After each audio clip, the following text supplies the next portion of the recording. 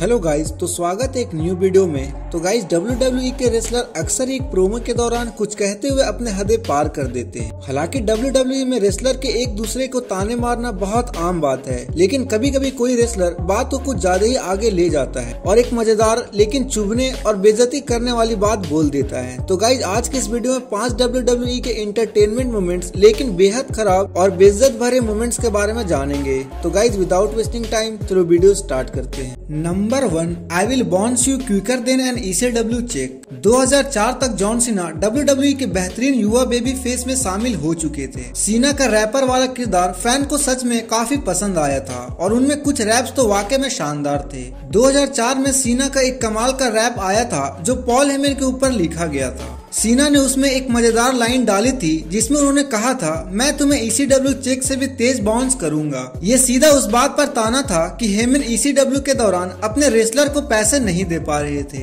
इसको और मजेदार बनाने के लिए कमेंट्री पर मौजूद तेज ने कहा, मेरे पास उनमें से एक चेक है, वो बहुत बेकार है। चलो बात करते हैं number 2, I haven't got time to watch your spray that stupid water all over the crowd. 2003 में स्टोन कोल्ड स्टीव ऑस्टिन का रॉ पर एक अथॉरिटी के एक आदमी वाला रन फैंस को बहुत पसंद आया था। ऑस्टिन बहुत मजेदार थे, लेकिन उनके अंदर गंभीर स्टोरी लाइन को बिना रोस्टर पर हावी हुए दिखाने की भी काबिलियत थी। ऑस्टिन का एक मजेदार पल 2003 में देखने को मिला था जब उन्होंने रॉ पर ट्रिपल एच को खरी खोटी सुनाई थी। जब ट्रिपल एच अपनी शानदार एंट्री कर रहे थे और वो अपना वाटर स्प्लिट करने ही वाले थे, तभी ऑस्टिन ने कहा, मेरे पास तुम्हें लोगों पर अपना गंदा पानी थूकते हुए देखने का समय नहीं है। ट्रिपल एच की प्रतिक्रिया शानदार थी क्योंकि वो सच में हैरान लग रहे थे कि आखिर क्यों किसी ने उनकी ही एंट्री के वक्त इस तरह से उसे डांट लिया।